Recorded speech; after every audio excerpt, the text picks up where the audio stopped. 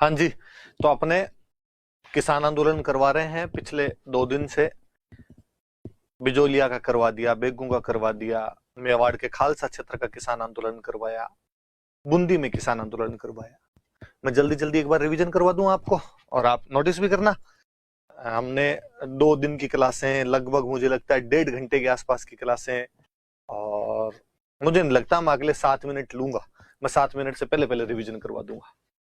बिजोलिया अब भीलवाड़ा में, तब मेवाड़ रियासत का प्रथम श्रेणी ठिकाना। राणा सांगा ने अशोक परमार को उपरमाल की जागीर दी, जिसका मुख्य केंद्र बिजोलिया था। अशोक परमार ने खानवा के युद्ध में भाग लिया था।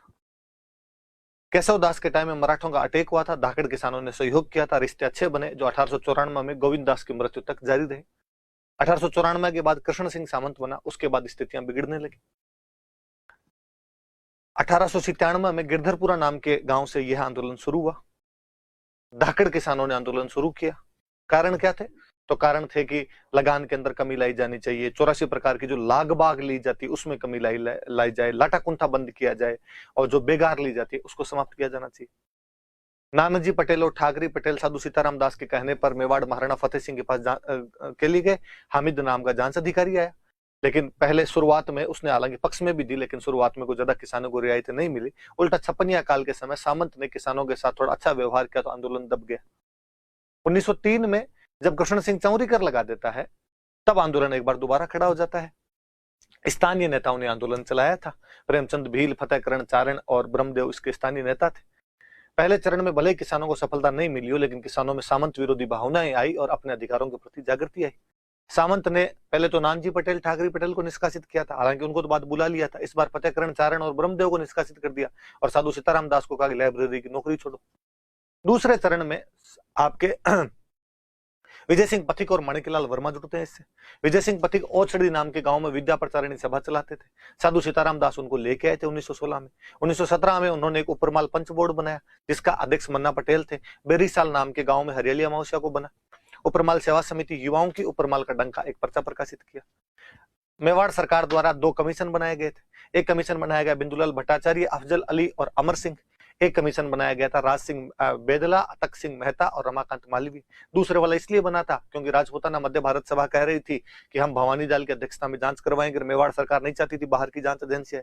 फिर अंग्रेज 1922 में बीच में आ गए। रॉबर्ट हॉलैंड, विल्किंस, अगलवी, प्रभाष चंद्र चटर्जी और बिहारीलाल इधर से। किसानों की तरफ से मोतीराम जी, नारायण जी पटेल, रामनारायण चौधरी और माणिकलाल वर्मा। 84 में से 35 कर माफ कर दिए, पर बिजोलिया के सामंत ने इनको लागू नहीं किया। तीसरा चरण शुरू हुआ। ट्रेंच ने भूमि का बंदोबस्त किया, उल्टा पुल्टा कर दिया, सिंचित में कम लगा दिया, असंचित में ज्यादा लगा दिए। 1927 में विजय सिंह पथिक से किसानों ने बात की, उन्होंने कहा असंचित भूमि सामंत को वापस दे दो, उसने बेटे ने सारी जब्त कर ली। उसके बाद विजय सिंह पथिक इससे अलग हो गए। गांधी जी ने बजाज को भेजा, बजाज हरिभाऊ उपाध्याय को छोड़ गए। फिर प्रजामंडल बना और सरकार ने कहा कि प्रजामंडल के साथ में कोई रिश्ते नहीं रखोगे तो बातें मान लेंगे। 1941 में वीर राघवाचारी और मोहन सिंह मेहता ने जाके समझौता करवा दिया किसानों के साथ। 44 साल चला था, प्रथम संगठित था, अहिंसक था, राजनीतिक जागृति लेके आया था, बाहर से चंदा नहीं लिया, तो स्वावलंबन है, नेशनल मूवमेंट के साथ में हमें जोड़ा था। कैसे जोड़ा? तो 1919 के अमृतसर अधिवेशन में तिलक ने प्रस्ताव रखा इसके पक्ष में, पथिक के कहने पर केलकर ने समर्थन किया, गांधी जी, मालवीय ने इसका विरोध किया था। 20 वाले में नागपुर अधिवेशन के अंदर गांधी जी के सामने 3 किसान, कालू जी, गोकुल जी, नंदराम जी ने किसानों के शोषण की प्रदर्शनी लगाई, तो गांधी जी ने इसको अपना नैतिक समर्थन दिया था। तिलक ने अपने मराठा अखबार में इसके बारे में लिखा था। तिलक ने फतेह सिंह जी को लेटर भी लिखा था। गांधी जी ने भी फतेह सिंह जी को लेटर लिखा था। मुंशी प्रेमचंद जो थे उन्होंने इस पर नाटक लिखा था, रंगभूमि नाम करके। माणिकलाल वर्मा ने पंछीड़ा गया। एक प्रेमचंद भील और भंवरलाल जी थे, उन्होंने बाकी गजलें गा गा के किसानों को मोटिवेट करके रखा था। तो ये अपना, और उमा जी का खेड़ा एक गांव था जहां से विजय सिंह पथिक ने भूमिगत रूप से आंदोलन चलाया था। फिर हम पढ़ रहे थे बेगू। अब चित्तौड़ में मेवाड़ रियासत का प्रथम श्रेणी का ठिकाना हुआ करता था।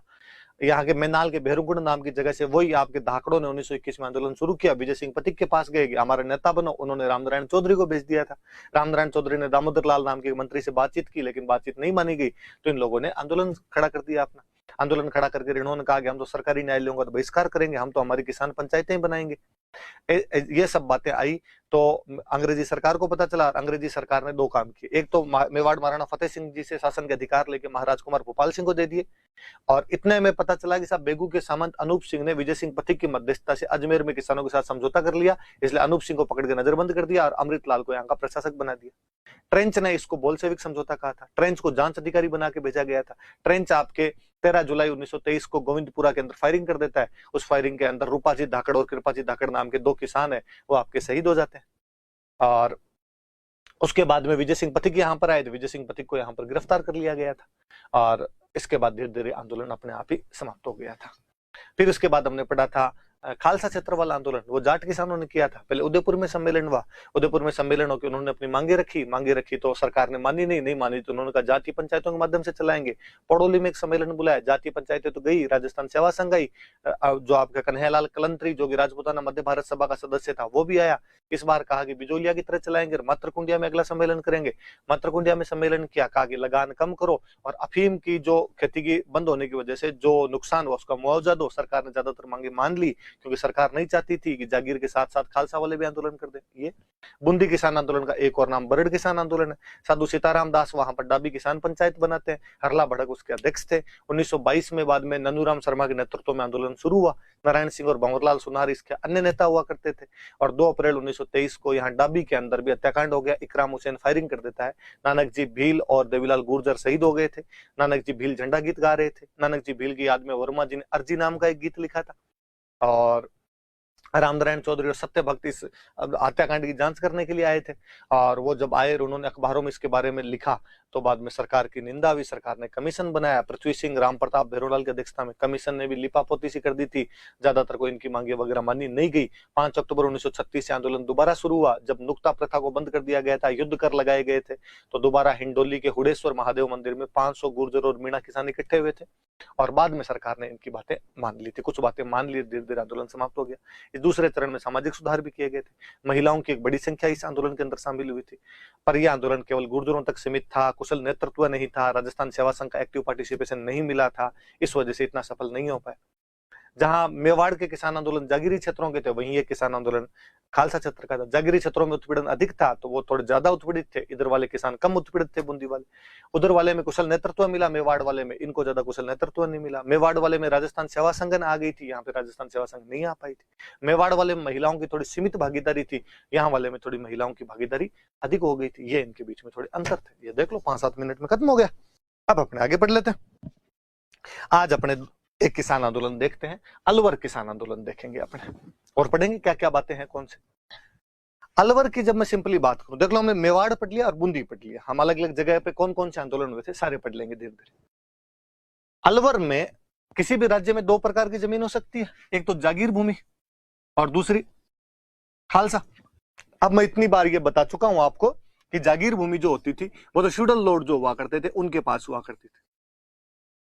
जो फ्यूडल लॉर्ड के पास में होती थी उसको तो जागीर भूमि बोलते थे, और जो राजा के डायरेक्ट कंट्रोल में हुआ करती थी, जो डायरेक्ट किंग के कंट्रोल में रहा करती थी, उसको बोलते थे खालसा। अलवर में जागीर वाली भूमि कम थी, खालसा वाली भूमि ज्यादा थी। जागीर वाली भूमि तो थी 20% थी और खालसा वाली भूमि थी 80%। इसलिए यहां पर जो भी किसान आंदोलन हुए वो खालसा वाली भूमि में हुए थे। वही देख लो, मेवाड़ में जैसे जाटों वाला खालसा भूमि में, बूंदी वाला भी लगभग खालसा भूमि का आंदोलन था, और ये वाला जो है ये भी खालसा भूमि का आंदोलन। 2 आंदोलन पढ़ेंगे हम, एक को जिसको हम निमूचना आंदोलन के नाम से जानते हैं, आप में से ज्यादातर ने इसका नाम सुन रखा है। एक दूसरा और पढ़ेंगे मेव आंदोलन। मुझे याद है पिछले साल या उससे पिछले साल किसी एग्जाम के अंदर उन्होंने मेव आंदोलन पूछ लिया था। वही जो मैंने बताई थी आपको बात कि भाई आरपीएससी के पहले जितने फैक्ट वो पूछती थी वो सारे आपने याद कर लिए, घोटे मार लिया आपने बिजोरिया बेगू के सब कुछ। फिर आरपीएससी को लगता है यार स्टूडेंट के जब सब याद हो गया तो कहां से पूछूं, कुछ तो नया लाऊं, मर थोड़ी जाऊं, मेरी भी तो फीलिंग है। तो उसने कहा कि अपने मेव पूछ लेंगे, कोई दूसरे और इधर उधर के, ये आपके उदयपुर वाला जो था खालसा वाला ये पहले नहीं पूछते थे, ये अब पूछना शुरू कर दिया, तो उन्होंने नए नए किसान आंदोलन पूछने शुरू कर दिए। तो हम अलवर के खालसा भूमि के निमूचना और मेव आंदोलन पढ़ेंगे। सन पे ध्यान दो, निमूचना कब हुआ है 1924-25 में, मेव आंदोलन कब हुआ है 1932-34 में। 32 से लेके 34, 32, 33, 34 तक चला होगा, तो 32 से 34। फिर बताएं निमूचना किसान आंदोलन किसके द्वारा किया गया, तो राजपूत किसानों द्वारा किया गया। मेव किसान आंदोलन किसके द्वारा किया गया, तो मेव किसानों द्वारा किया गया। पढ़ लेंगे अपने सब इनके बारे में बातें पढ़ लें। ये भी याद रखना, जागीर भूमि 20% थी, खालसा भूमि 80% थी। कई बार क्या होता है वैसा कोई सवाल आ जाए कि निम्नलिखित में से सत्य कथन बताइए, और फिर वो कहता है कि अलवर में जागीर भूमि खालसा भूमि की अपेक्षा अधिक थी।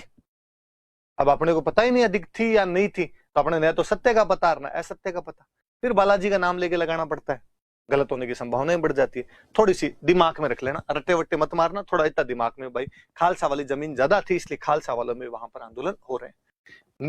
निमोचना आंदोलन है राजपूत किसानों का, मेव आंदोलन है, नाम से पता चलता मेव किसानों का।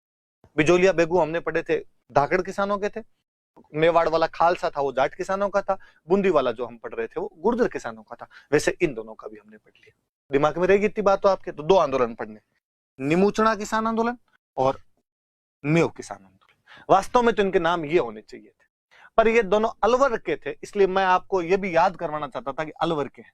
कई बार ये भी सिंपल क्वेश्चन आ जाए कि निमोचना किसान आंदोलन किस जिले में था, और मैं पूरा निमोचना पढ़ा दूं और उसमें ये नहीं बताऊं, फिर आप वहां पे मुझे गालियां निकालोगे। मंगते ने सारी बातें बता दी थी, जो असली बात जो एग्जाम के अंदर आती है वो तो हमें बताई नहीं थी। तो भाई अपने तो पाड़ बांध रहे हैं, अपने पहले ही बता रहे हैं कि ये दोनों अलवर के अंदर आपकी जगह पड़ती है। आप पढ़ लेते हैं इनके बारे में क्या क्या बातें थी। निमोचना किसान आंदोलन पढ़ते थे। भूमि बंदोबस्त मैंने अब बता दिया आपको, लैंड सेटलमेंट क्या होता है अपने बात की भी है। भूमि बंदोबस्त की क्या क्या चीज होती है इसमें। भूमि बंदोबस्त की मतलब भूमि की मेजरमेंट करनी, लैंड की मेजरमेंट करनी, कहां से कितना टैक्स लिया जाएगा वो सब तय करना, इसको भूमि बंदोबस्त कहा करते थे। और अलवर में कहते 3 भूमि बंदोबस्त हुए थे। 1876 24 साल बाद 1900 और 24 साल बाद 1924। दो तो याद नहीं रखने अपने। 1876 वाला पाउलेट ने किया था, पाउलेट नाम का अफसर रहा होगा अंग्रेजों का कोई, उसने किया था। 1900 वाला डायर नाम का कोई अफसर था, डायर वो नहीं है जिसको आप जानते हो, कोई दूसरे डायर नाम का अफसर था, उसने किया था। और तीसरा अपने एक पंडित जी थे एनएल टिक्को, इन्होंने कहा इस बार टीका मैं लगाऊंगा, तो तीसरे वाला एनएल टिक्को ने किया था। अपने याद रखने वाली बात एनएल टिक्को वाले की बात है, इसमें क्या बात हुई थी। पाउलेट और डायर वाला याद नहीं रखना। पाउलेट वैसे भले याद रखना, पाउलेट अपने यहाँ राजस्थान में अंग्रेजों का एक अधिकारी था, और हमारे बीकानेर पे तो तब पाउलेट बुक लिख के गया है, तो मुझे तो पाउलेट वैसे भी थोड़ा याद रहता है हमेशा। डायर 1924 में एनएल टिक्को ने। 24 वाला जब भूमि बंदोबस्त किया गया, ये सब जब चल रहा है ना, तो राजा जयसिंह है, वही जयसिंह आपके दिमाग में आ गया होगा। खूब सारे काम बताए थे मैंने, अंग्रेज विरोधी रवैया रखने वाला बंदा बताया था मैंने, वही जयसिंह। अब जयसिंह की सारी बातें आप याद कर लेना, कौन कौन सी बातें याद आ जाना चाहिए, अलवर वाले जयसिंह ने कौन कौन सी बातें की थी। जब एनएल टिक्को ने भूमि बंदोबस्त किया तो इसमें 2 बातें उभर कर सामने। एक तो इसमें जो लैंड रेवेन्यू था वो 40% बढ़ा दिया, भू राजस्व कितना परसेंट बढ़ा दिया गया, 40% बढ़ा दिया गया। एक देखो दूसरी जोरदार सी चीज, राजपूत और ब्राह्मण किसानों के पास में जो स्पेशल राइट हुआ करते थे, कई विशेषाधिकार हुआ करते थे, वो समाप्त कर दिए गए। प्रिविलेज जो हुआ करते थे वो समाप्त कर दिए गए। क्या प्रिविलेज थे? जब किसान आंदोलन है और भूमि राजस्व की बात कर रहे हैं, लैंड रेवेन्यू की बात कर रहे हैं, तो क्या प्रिविलेजेस हो सकते हैं? प्रिविलेजेस ये हो जाए कि इनका लैंड रेवेन्यू कम लगे, तो बाकी किसानों से भू राजस्व ज्यादा लिया जाता था, इनसे भू राजस्व कम लिया जाता। अब अपने को यह भी पूछ ले कि भाई ऐसा क्यों, राजपूत और ब्राह्मणों से कम क्यों लिया जाता था, बाकियों से ज्यादा क्यों लेते थे? तो सिंपल सा कारण था कि ब्राह्मण तो पहली बात तो खेती करते ही नहीं थे, और फिर ब्राह्मण उस समय की जो सामाजिक व्यवस्था थी, जो हिंदू धर्म की व्यवस्था थी, उसमें ब्राह्मणों को एक उच्च स्थान प्राप्त था, और ऐसा माना जाता था कि भाई इनसे तो क्या टैक्स लेना है अपने। आज भी हम भले ही कितने ही जाति पांति के अंदर बंट गए हो, भले ही आपस के अंदर वैमनस्यता बढ़ गई हो, भले ही आपस में उतना कनेक्शन कहीं नहीं दिखाई देता हो, आपको लग सकता है पॉलिटिकल माहौल की वजह से, पर फिर भी मैं आज दिन तक भी गांव के अंदर देखता ही हूं, भाई ब्राह्मण को नहीं खाना, ब्राह्मण से थोड़ी पैसे लिए जाए, पाप लगता है एक। अब वो भले सही है या गलत है जो है, पर धारणा आज दिन तक है। तो उस समय भी सामाजिक व्यवस्था में वो सीनियर थे, तो उनसे ये टैक्स वगैरह, पहली बात पंडित जी खेती करते ही नहीं, कभी कर ली तो कहा भाई अब ब्राह्मण देवता है, वाह छोड़ो, इनसे क्या टैक्स लेना, लो तो इनसे कम ले लो। राजपूतों के टैक्स कम करने का रीजन ये था कि राजपूत सैनिक सेवा दिया करते थे, मिलिट्री के अंदर हुआ करते थे। चूंकि आप मिलिट्री में सरकार को सेवा देते हैं, तो इधर आपका टैक्स थोड़ा सा कम कर दिया जाए। वरना वो कहता है कि भाई मैं तो आपको उधर सैनिक सेवा भी देता हूं, और इधर जो आपके है वो खेती भी करता हूं, तो खेती में भी मेरे से उतना ही टैक्स लेते हो, तो मेरे तो पार पड़े नहीं। तो बाद में सरकार कहती नहीं भाई थोड़ा सा आपको इधर टैक्स में रिबेट दे दे। ये मैं यदि कहूं तो आज जो आपके कैंटीन व्यवस्था है। आज भी तो फौजियों को कैंटीन में सामान सस्ता मिलता है। क्यों? क्योंकि लगता है कि यार फौजी को जो तनख्वाह मिलती है उससे पार नहीं पड़ती यार। तो इसको जितनी ये सेवा देता है, जितनी इनकी सर्विस है, जितना इनका योगदान है, उसकी तुलना में इनको तनख्वाह कम मिल रही है। तो क्या किया जाए? तो भाई ये चूंकि देश की सेवा कर रहे हैं तो इनको थोड़ा सा सामान थोड़ा सा सस्ता दे दो, तो थोड़ा खर्चा कम हो जाएगा, आमदनी का बराबर सा लेवल आ जाएगा। अब तो फिर भी फौजियों की तनख्वाह ये 1 रैंक 1 पेंशन आने के बाद में थोड़ी सी ठीक हो गई, वरना तो पहले तो बहुत कम तनख्वाह हुआ करती थी। मेरे तो कई परिवार में जो 2000 के आसपास रिटायर होके आए हुए हैं तो पेंशन आया करती थी कोई यूं 1800 रुपए 1500 रुपए ऐसी पेंशन हुआ करती थी। ढंग की रैंक से भी कोई रिटायर हो रखा है तो उनकी पेंशन है कोई 5000 रुपए 6000 रुपए। क्या खाले आदमी 5000 रुपए 6000 रुपए के अंदर? पर फिर उनको कहा कि तुम्हें सामान सस्ता दे देंगे रे, इतने से तुम्हारी पार पर पूरा जाएगी। तो राजपूत चूंकि सैनिक सेवा दिया करते थे इसलिए उनकी थोड़ी सी टैक्स के अंदर रिबेट दे देते, उधर कम कर दिया करते। ब्राह्मणों वाला मैंने बताया दिया। जयसिंह ने इस बार जब एनएल टिक्को वाला ये हुआ तो एक तो सबके बढ़ा दिए 40%। तो पहले इनके राजपूत ब्राह्मणों के बाकियों से कम हुआ करते थे। जयसिंह ने कहा कि ना, समानता का अधिकार है भाई साहब, सबके बराबर, तुम्हारे भी इतने ही लगेंगे। तो मैंने बताया ब्राह्मण तो ज्यादातर खेती करते ही नहीं थे तो उधर तो कोई दिक्कत ही नहीं थी। राजपूत चूंकि खेती किया करते थे तो उन्होंने विरोध किया। उन्होंने कहा यार तू उधर भी हमारे से काम करवाए और इधर हमारा टैक्स भी बढ़ा दे, ये तो गलत बात है और हम तेरे को इतने टैक्स नहीं देंगे। तो याद रखना भाई इस आंदोलन का बड़ा सा कारण क्या था? तो इसका कारण ये था कि 1924 में एनएल टिक्को द्वारा जो लैंड सेटलमेंट किया गया था उसमें एक तो 40% भू राजस्व लैंड रेवेन्यू इंक्रीज कर दिया गया था 40%, और राजपूत और ब्राह्मण किसानों के जो प्रिविलेज हुआ करते थे उनको खत्म कर दिया गया था। पहले उनसे कम टैक्स लिया जाता था अन्य किसानों की अपेक्षा, अब कह दिया गया कि नहीं बराबर टैक्स लेंगे, या टैक्स बढ़ा दिया गया उनका भी। इस वजह से वो नाराज थे। राजपूतों को चूंकि वो खेती किया करते थे, ब्राह्मण इतने नहीं करते, तो राजपूतों ने विद्रोह कर दिया। अलवर के अंदर 2 क्षेत्रों में विद्रोह हुआ था बेसिकली, एक तो बानसूर और एक थानागंज। इन जगह के नाम याद रखना। कई बार क्या होता है हम वो निमुचना के अंदर इतना फंस जाते हैं कि हम भूल जाते हैं एग्जैक्टली एरिया कौन से हैं। और कभी वो ये पूछ लेगा आपसे कि अलवर के कौन से क्षेत्रों के अंदर उस समय राजपूत किसानों ने विद्रोह किया था, तो बानसूर और थानागाजी के 2 इलाके थे जिनके अंदर ये विद्रोह किया गया था। अक्टूबर 1924 से ही विद्रोह शुरू हुआ। 24 में भूमि बंदोबस्त हो रहा है, 24 में इन्होंने विद्रोह शुरू कर दिया। नेता कौन कौन थे थोड़े से नाम याद कर लो। माधो सिंह, गोविंद सिंह, अमर सिंह, गंगा सिंह। ये भी मुझे याद है किसी एक एग्जाम में उन्होंने क्वेश्चन पूछ लिया था कि ये नेता कौन से किसान आंदोलन के नेता थे, तो वो बोले निमुचना लिखे, वो बोले अलवर लिखे, वो बोले बानसूर थानागाजी लिखे। पंजाबी वाली कहावत है टोडी बोती कोड़े कोड़े, मतलब एक ही है इनका। तो 4 नेता नाम याद रखना, माधो सिंह, गोविंद सिंह, अमर सिंह, गंगा सिंह। इन 4 नेताओं ने यहाँ पर यहाँ के जो बानसूर और थानागाजी के जो राजपूत किसान थे इनको संगठित किया और संगठित करके कहा भाई आंदोलन करो। लेकिन राजा ने इनको ध्यान दिया नहीं। तो इन लोगों को लगा कि यार कोई एक्सटर्नल सपोर्ट लेना पड़ेगा, बाहर से कुछ सपोर्ट मिल जाए ना अपने को तो थोड़ा ढंग का रहे। अलवर दिल्ली के पास में पड़ा करता था। उधर एक सम्मेलन हो रहा था दिल्ली में, अखिल भारतीय क्षत्रिय महासभा का एक सम्मेलन हो रहा था 1925 के अंदर।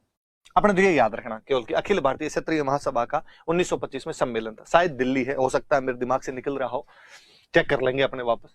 अखिल भारतीय क्षत्रिय महासभा का जनवरी 1925 के अंदर सम्मेलन हो रहा था। यहां से ये किसान वहां गए, 200 किसान लगभग, अमर सिंह, गंगा सिंह, माधो सिंह, गोविंद सिंह इनके नेतृत्व में 200 किसान वहां पर गए।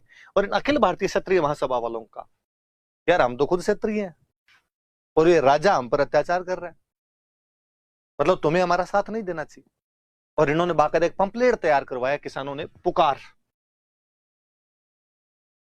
पर्चा था, पर्चा कह दो, पंपलेट कह दो अंग्रेजी में, पुकार चर्चा नाम करके, सॉरी पुकार पर्चा नाम करके एक पर्चा छपवाया, पंपलेट छपवाया और ये यहाँ पे बांटा।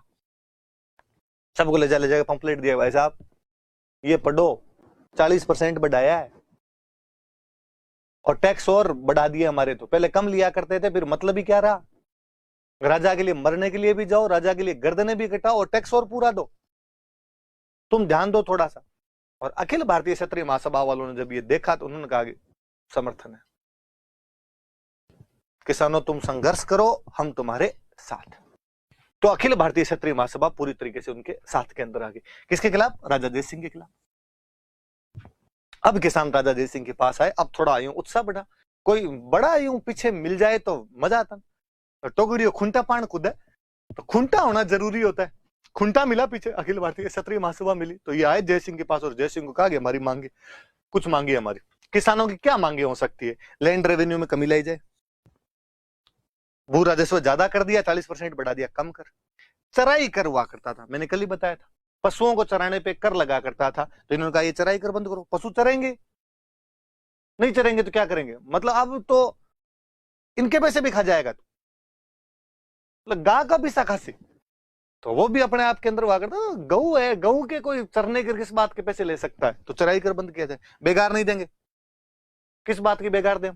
एक ना ब्राह्मणों के होने की वजह से ब्राह्मणों का ये आंदोलन था, या ब्राह्मण भी इससे पीड़ित थे। इसकी एक वजह ये भी थी, पहले जो मंदिरों को, ब्राह्मणों को जो जमीन दान में दी जाती थी उसको बोलते थे माफी। माफी जमीन बोलते थे, भाई जमीन दान में देते और वहां से कोई टैक्स नहीं लगेगा, वहां का टैक्स माफ कर दिया, इसलिए उसको क्या बोलते थे? माफी जमीन बोला करते थे। जय सिंह ने कहा भाई कोई माफी नहीं, ये जमीन वापस दो, स्टेट की जमीन, किस बात की मंदिरों के और ब्राह्मणों को जमीन दी हुई है? तो जो माफी वाली जमीन थी वो जब्त करनी शुरू की। तो किसानों ने कहा यार ब्राह्मणों की तो क्या जमीन दबे यार, ये माफी वाली जमीन जो मंदिरों को दी हुई ये तो बंद कर दूं अपने आप।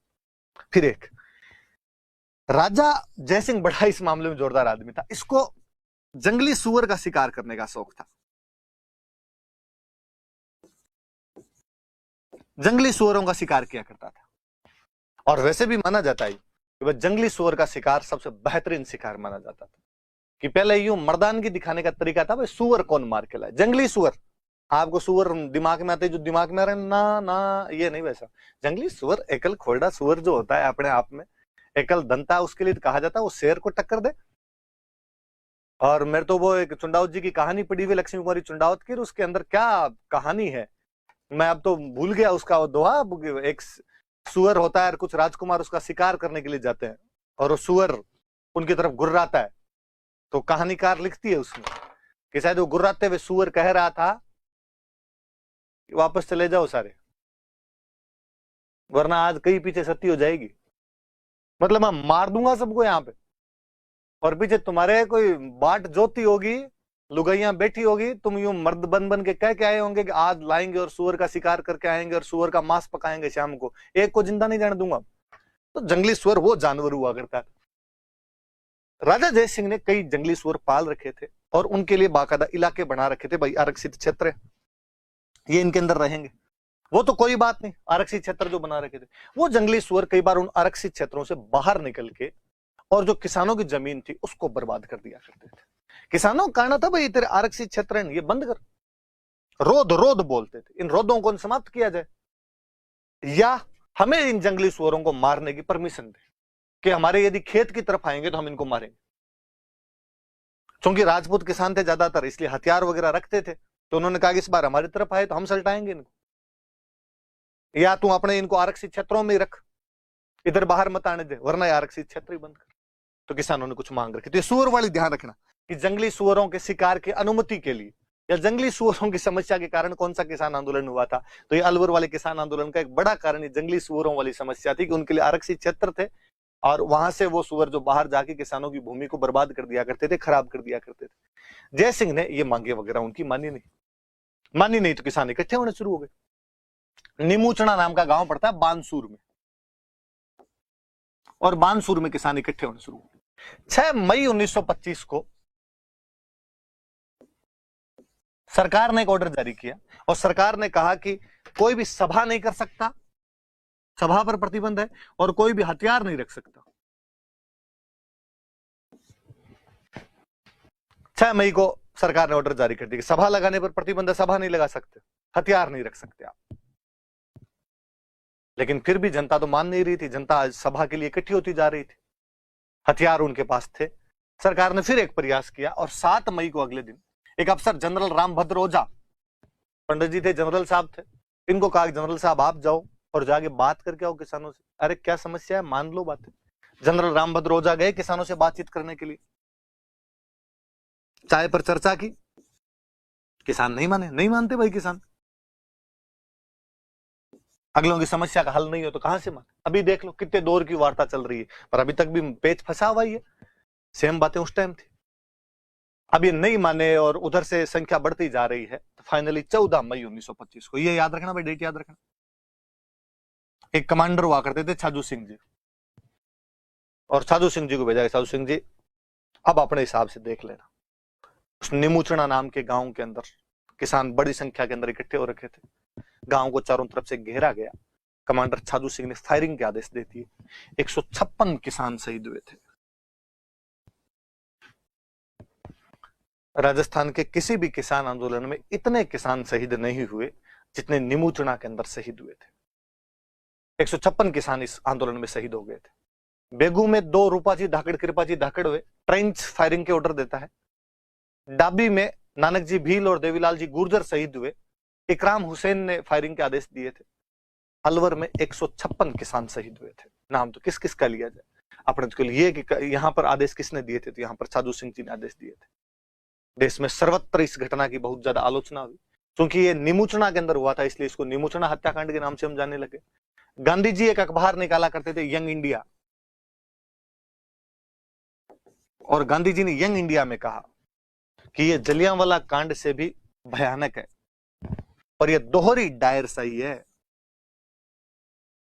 कि ऐसा लगता है ऐसे डायर यहां पर 2 बार आके गया हो, डबल डायरिज्म है ये, या डायरिज्म डबल डिस्टिल्ड। गांधी जी ने जो एग्जैक्टली अखबार में वर्ड लिखे थे, तो याद रखना कि निमुचना हत्याकांड को किसने जलियांवाला कांड से भी अधिक भयानक, उससे भी ब्रूटल, जलियांवाला मैसेकर से भी ज्यादा, और इसे डबल डायरिज्म कहा था, दोहरी डायर सही कहा था। जैसा गांधी जी ने कहा था, अपने कौन से अखबार में कहा था, तो यंग इंडिया नाम करके, ये इनकी स्पेलिंग गलत हो गई, यंग इंडिया नाम करके जो उनका समाचार पत्र हुआ करता था, उसके अंदर गांधी जी ऐसा लिखते हैं, गांधी जी ऐसा बताते हैं। बात याद रखना, कोई पूछेगा गांधी जी ने निमुचना हत्याकांड को क्या कहा था, दोहरी डायर सही याद रखना आपने तो, और जलियांवाला कांड से भी अधिक भयानक, ब्रूटल बताया था, और डबल डायरिज्म कहा था उसके लिए। एक अखबार आता था रियासत नाम करके एक अखबार हुआ करता था, और इस अखबार ने इसकी जलियांवाला कांड से तुलना की थी, कंपेयर किया था। कोई पूछेगा इसे जलियांवाला कांड के बराबर किसने बताया था, तो इसे रियासत अखबार ने बताया था। अपने ज्यादा काम की बात ये वाली ज्यादा याद रखें। फिर अपना एक समाचार पत्र, राजस्थान सेवा संघ वालों का नवीन राजस्थान समाचार पत्र हुआ करता था, बाद में उसका नाम बदलकर अपने तरुण राजस्थान कर लिया था। वो जो तरुण राजस्थान अखबार है, उसमें ये बात याद रखनी, 31 मई 1925 को ये वाली जो घटना, इसको विद फोटो पब्लिश किया गया था, सचित्र प्रकाशित किया गया था। तो कोई पूछेगी निमुचना हत्याकांड वाली घटना को सचित्र प्रकाशित करने वाला अखबार कौन सा था, तो तरुण राजस्थान अखबार था। किस दिन के अंक में ऐसा किया गया था, 31 मई 1925। घटना कब की है, तो 14 में, 14 मई की घटना है, 31 मई को यह सब किया गया था, तरुण राजस्थान अखबार ने किया था। मामले में बहुत ज्यादा आलोचना वगैरह होने लगी। राजस्थान सेवा संघ ने हाथों हाथ एक कमेटी और बनाई कि जाके चेक करो। कन्हैयालाल कलंतरी, हरिभाई किंकर और लादूराम जोशी के नेतृत्व में एक कमेटी बनाई गई। कन्हैयालाल कलंतरी का नाम हमने कल पढ़ा ही था, जो राजपूताना मध्य भारत सभा की तरफ से गए थे, वहां पर पड़ोली वाले अधिवेशन के अंदर उन्होंने भाग लिया था, हमने पढ़ा था उनके बारे में। तो हरिभाई किंकर हम पढ़ेंगे, राजस्थान सेवा संघ के संस्थापकों में से एक थे। विजय सिंह पथिक, रामनारायण चौधरी, हरिभाई किंकर, ये फाउंडर्स थे राजस्थान सेवा संघ के। लादूराम जोशी का भी नाम पढ़ेंगे हम, जब शेखावटी किसान आंदोलनों में आएंगे तो इनका नाम भी हम देखेंगे, तो आगे इनके वापस नाम आएंगे। तो इनके नेतृत्व में एक समिति बनाई गई कि आप जांच करो क्या है क्या नहीं। राजस्थान सेवा संघ वालों ने मामले की जांच के लिए कमेटी बनाई थी। तो ये याद रखना, ये जो कमेटी है ये राजस्थान सेवा संघ द्वारा बनाई गई, और राजस्थान सेवा संघ का अखबार था तरुण राजस्थान, जिसके अंदर वो घटना प्रकाशित हुई। तो राजस्थान सेवा संघ ने पूरा इंटरेस्ट लिया। अब कभी आपसे कोई पूछ ले कि राजस्थान का कौन सा संगठन किसान आंदोलनों में अपनी महती भूमिका निभाता है, तो आपके याद रहना चाहिए, बिजोलिया में नाम है, बेगू में नाम है, बूंदी में नाम है, इवन निमुचना में भी नाम है। तो ये हो जाएगा आपके। राष्ट्रीय स्तर पर इस घटना की बड़ी आलोचना हुई, और राष्ट्रीय स्तर पर मणिलाल कोठारी की समिति बनाई गई। गांधी जी के सहायक हुआ करते थे मणिलाल कोठारी, और इनके नेतृत्व में एक समिति बनाई गई। इसमें अपने वाले रामनारायण जी भी थे, रामनारायण चौधरी भी समिति में थे, इनको सचिव बनाया गया था। रामनारायण चौधरी वह पहले व्यक्ति है जिन्होंने इसको हत्याकांड कहना शुरू किया था। तो इस निमुचना के हत्याकांड लगाना ही उन्होंने शुरू किया था, मैसेकर। कि भाई हत्याकांड, इसको हत्याकांड कहा जाए। ये नहीं कोई एक एक दो दो, कि भाई मुझे कई बार लगता है गोविंदपुरा और जो डाबी वाला है उसमें तो दो दो किसान शहीद हुए। हत्याकांड एक बड़े स्तर पर जो होता है, ये तो हत्याकांड है बाकायदा, में से करे। तो ऐसा कहने वाले इसको कौन थे? तो रामनारायण चौधरी ने इसको ऐसा किया था। सरकार पर दबाव बढ़ा, सर्वत्र आलोचना हुई। वल्लभ भाई पटेल बाकायदा बॉम्बे की एक सभा के अंदर इसकी आलोचना करते हैं। बीएम भरूचा एक बहुत बड़े नेता हुआ करते थे, बीएम भरूचा ने कहा कि राजा को रूस की क्रांति याद कर लेनी चाहिए। रूस में भी जनता पर राजा द्वारा ऐसे अत्याचार किए गए थे, इसलिए वहां की जनता ने क्रांति कर दी, इसलिए हे राजन आप भी इसको याद रखो।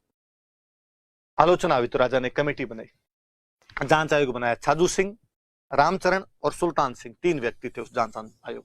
नाम याद कर लेना भाई, छाजू सिंह, रामचरण और सुल्तान सिंह नाम करके तीन बंदे हुआ करते थे।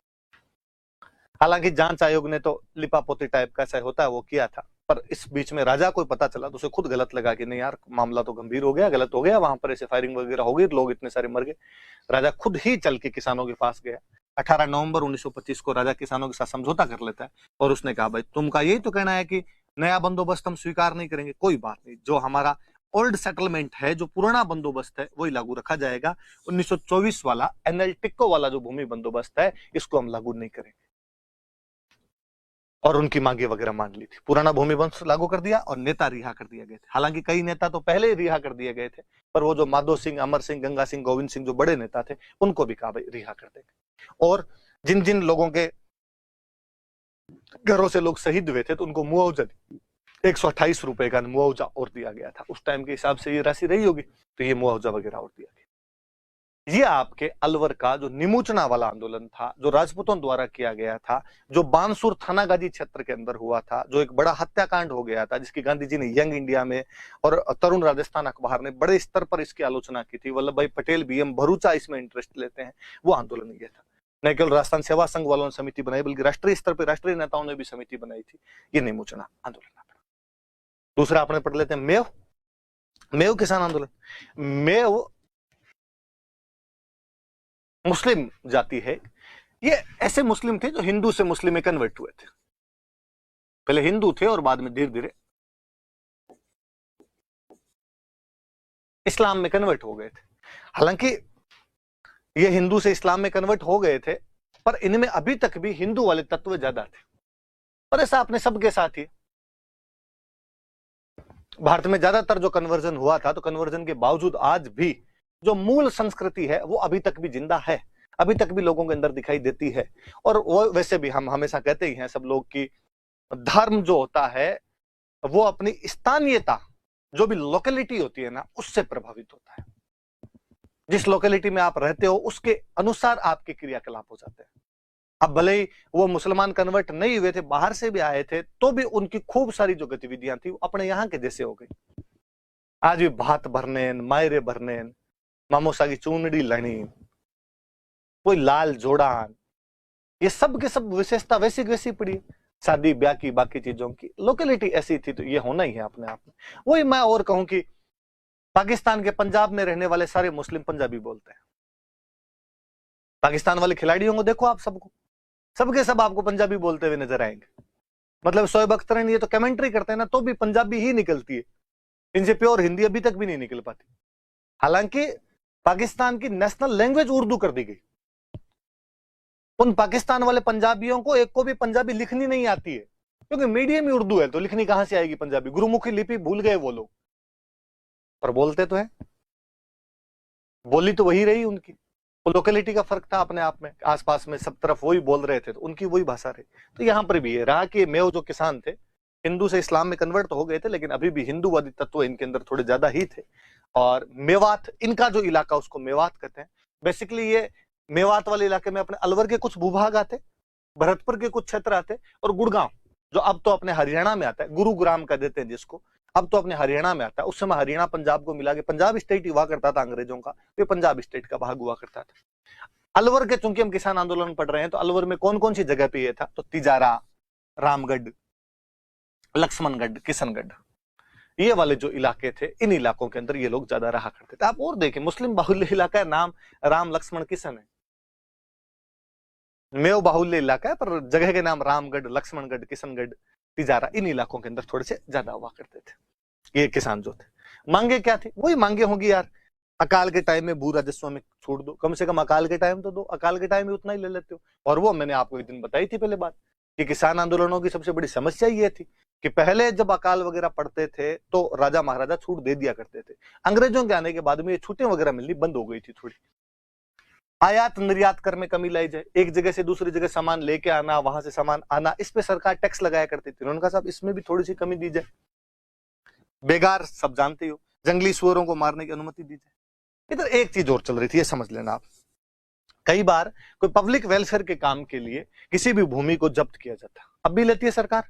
आपके खेत से सड़क निकलेगी इसलिए सरकार आपकी जमीन लेगी, लेकिन सरकार क्या करती है, अब उस जमीन का आपको मुआवजा देती है, कंपनसेशन देती है, क्षतिपूर्ति देती है, हर्जाना देती है, कुछ ही बोल दो आप उसको।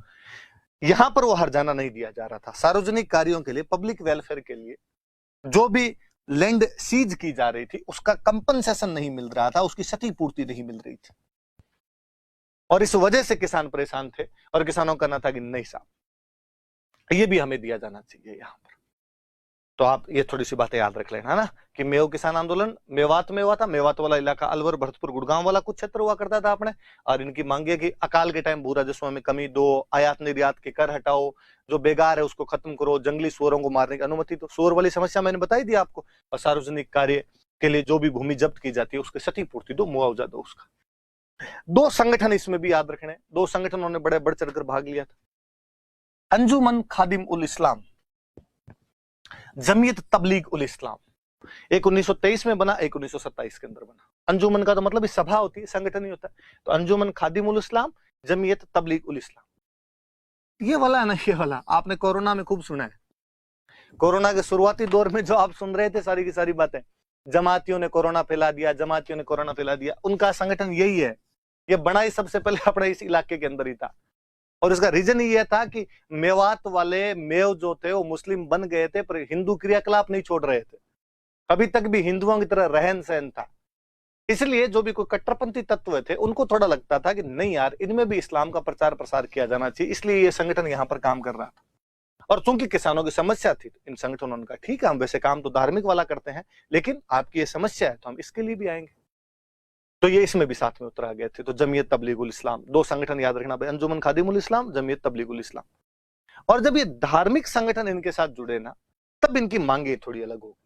अब इनकी है किसान आंदोलन, अब इनकी मांगे हैं कि मस्जिदों पर सरकार का नियंत्रण नहीं होना चाहिए, मस्जिदें जितनी भी हो गवर्नमेंट के कंट्रोल से बाहर आए, उर्दू को बढ़ावा दिया जाए।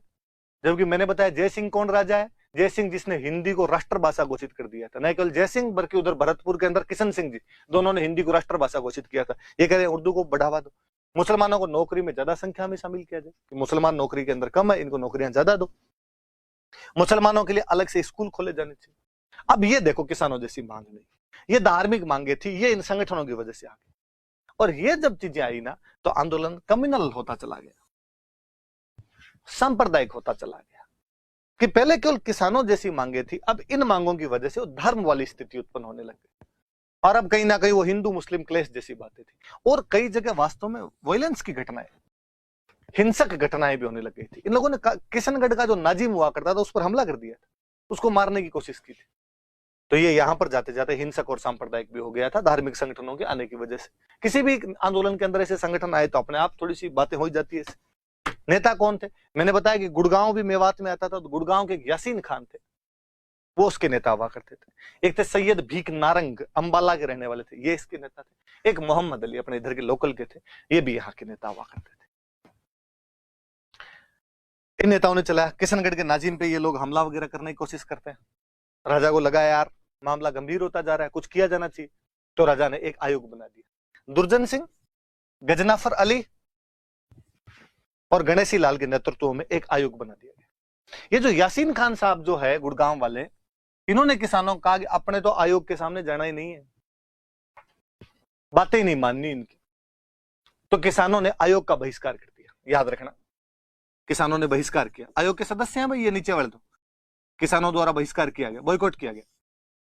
वही अभी हम पढ़ रहे हैं कि भाई सुप्रीम कोर्ट ने कहा कि ये लोग कमेटी बनाई जाती है, और किसानों ने कहा भाई नहीं, हम तो इससे बातचीत नहीं करेंगे।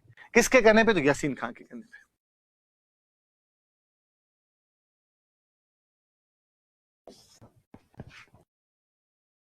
और दुर्जन सिंह और गजनाफर अली और गणेश लाल वाला जो था, इसके सामने वो लोग नहीं गए। लिपापोती क्या किसान गए नहीं। और इधर अंग्रेजों को मौका मिला। अंग्रेजों की और जयसिंह की आपस में बनती नहीं थी। वो मैंने कांड कई बताई दिए थे आपको। वह बंदा आपके हिंदी को बढ़ावा दे रहा है, सामाजिक सुधार कर रहा है, गोलमेज सम्मेलन में जाके ये कहता है कि मैं जनता को सारे अधिकार देना चाहता हूं। वायसरॉय की वाइफ को उसने कुत्ता अंदर नहीं ले जाने दिया था। बीएचयू को पैसे दे रहा है, एएमयू को पैसे दे रहा है। तो राजा को तो आप सांप्रदायिक नहीं कह सकते कि राजा की कोई गलत नीतियां थी। उसने अलीगढ़ मुस्लिम यूनिवर्सिटी के लिए पैसे दिए थे, वो तो सबको बराबर नजरों से देख रहा था। किसानों में थोड़ा मामला भड़क गया। अंग्रेजों को मौका मिला। अंग्रेजों ने कहा कि भाई मेवात वाले इलाके के अंदर राजा जयसिंह ढंग से काम नहीं कर पा रहा है। और यहां पर तिजारा में दंगे भड़क गए थे 1933 में। पढ़ाया था मैंने ये, तिजारा में राइट्स हो गए थे। और इन तिजारा दंगों के बाद में जयसिंह को यहां से हटा दिया गया। तमाम बातें हम पढ़ चुके हैं पहले कि जयसिंह को हटाया गया। जयसिंह बाद में यहां से चला गया था आपके पेरिस, और पेरिस में बाद में उसकी मृत्यु हो गई थी। ये सब बातें मैंने आपको पढ़ा दी थी। अंग्रेजों ने बाद में कहा भाई हम सुधार करेंगे, और अंग्रेजों ने लिपापोती करने की कोशिश की। अंग्रेजों ने मेवात के लिए एक स्पेशल ऑफिसर अपॉइंट कर दिया कि स्पेशल ऑफिसर है, ये आपसे मेवात की समस्याओं का ध्यान रखेगा, आपके लगान के अंदर कमी ला देंगे, आयात निर्यात कम में कमी ला देंगे, रौदों की संख्या, जो जंगली सूअर वाले वो क्षेत्र हुआ करते थे, उनकी संख्या में कमी ला देंगे। हम कहते हैं अंग्रेज इसके माध्यम से एक तीर से दो शिकार कर रहे थे। अंग्रेज कहीं ना कहीं मेवों को अपने पक्ष में लेने का प्रयास कर रहे हैं कि भाई देख लो हम तुम्हारी सहायता कर रहे हैं, और इस मेवों के कंधे पर बंदूक रखे वो जयसिंह से बदला लेना चाहते हैं, जयसिंह को यहां से निकालना चाहते हैं। और अंग्रेज इस मामले में सफल हो गए थे। तो वह आदमी जो लेडी वायसरॉय को वापस भेज देता है, वह आदमी जिसने रोल्स रॉयस कार की यहां धज्जियां उड़ा के रख दी थी, जो यूं सनातन संस्कृति का वाहक था, उस समय अंग्रेजों की खिलाफत कर रहा था, तो उस आदमी से तो अंग्रेज बाद में कैसे किसी ना किसी तरीके से निपटने का प्रयास करते, और उन्होंने निपटने का ये तरीका निकाला। ये सारे सुधार अंग्रेजों द्वारा किए गए थे बाद में। तो अंग्रेजों ने इन दोनों राजाओं को हटाया था। अंग्रेजों ने यहां पर जो आपके अलवर में जयसिंह को हटा के तेज सिंह को राजा बना दिया था, मैंने बताया था आपको। मैं आगे और बता दूंगा, भरतपुर में भी किशन सिंह को हटा के एक अंग्रेज अधिकारी हुआ करता था, मैकेंजी, उस मैकेंजी को शासन के सारे अधिकार सौंप दिए थे। तो भरतपुर में भी किशन सिंह जी को हटा दिया था। तो जिन लोगों ने भी हिंदी को राष्ट्रभाषा घोषित किया था, जो भी ऐसी पॉलिसीज अपनाई थी, उनको अंग्रेजों ने हटा दिया था। अलवर के अंदर जयसिंह जी को और भरतपुर के अंदर किशन सिंह जी को। ये अपने दो किसान आंदोलन पढ़े भाई, एक तो मेवों वाला, एक निमोचना वाला। निमोचना वाला कोई मेंस के अंदर पूछ सकता है, तो आप 50 शब्दों के अंदर तैयार रखना। मेव किसान आंदोलन की तो जो बातें हैं बड़ी बड़ी, वो आप तैयार कर लेना केवल। कल हम और पढ़ेंगे, कल किसान आंदोलन खत्म कर देंगे। Thank you.